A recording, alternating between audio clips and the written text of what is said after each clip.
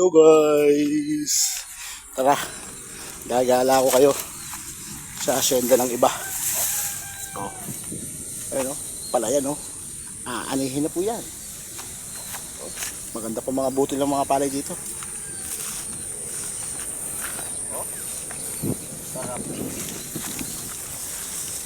Pakaganda niyan. Oh. Yan, maganda pag ginani. Oh. Hindi nilalagay sa pinto, ah. Patawik pa.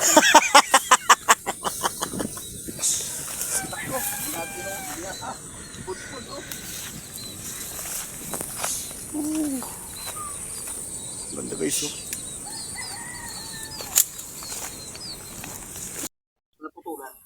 Tara guys, tayo mananalbos ng kamote. Oh. Kaganda ng mga kamote dito, talbos, oh. Oh. Diba? Saan ka pa? Oh. Ayan, may kang kamatis.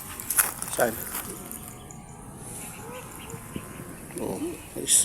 Napakalawak ng aking lupain. Oh. Yan, nakikita mo yan. Saan dyan? Yung dulong yan. Oh. Yung hanggang doon sa dulo. Oh. Hindi akin yan. Buti na lang. Kala ko sa'yo. Diba? Napakalawak po niyan guys. Ganun kayaman dito sa Cavite.